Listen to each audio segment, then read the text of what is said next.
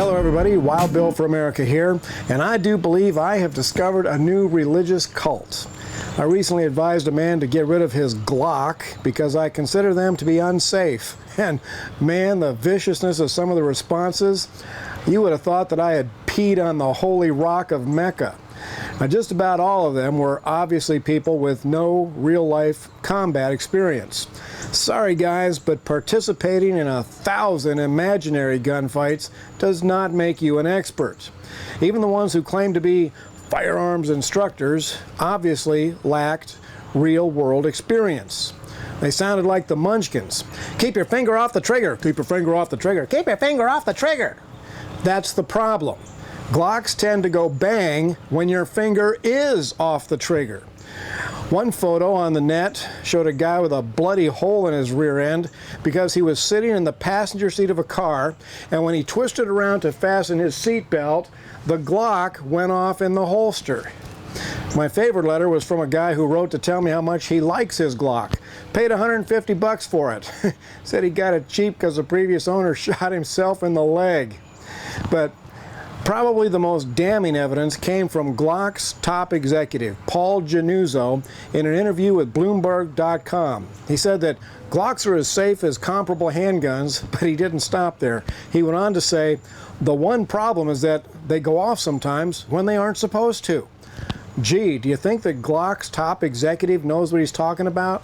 Just Google Glock accidents and you will find where police departments have been horrified by the ridiculous number of Glock accidents.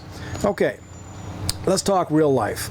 I know that in all those imaginary gunfights you guys have been in, everything goes perfectly. Every bullet you fire hits the bad guy, and every bullet they fire at you misses. Your gun always performs flawlessly.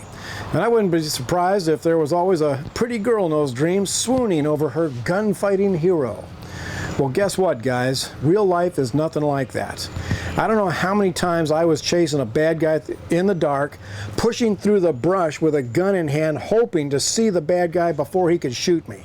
Oh yeah, my finger was always off the trigger, but that gun was right there pushing through the brush with me. A branch could have caught that trigger at any time, and probably did, but I had a 1911 with a positive thumb safety. Guess what happens when you go pushing through the brush with a Glock in your hand?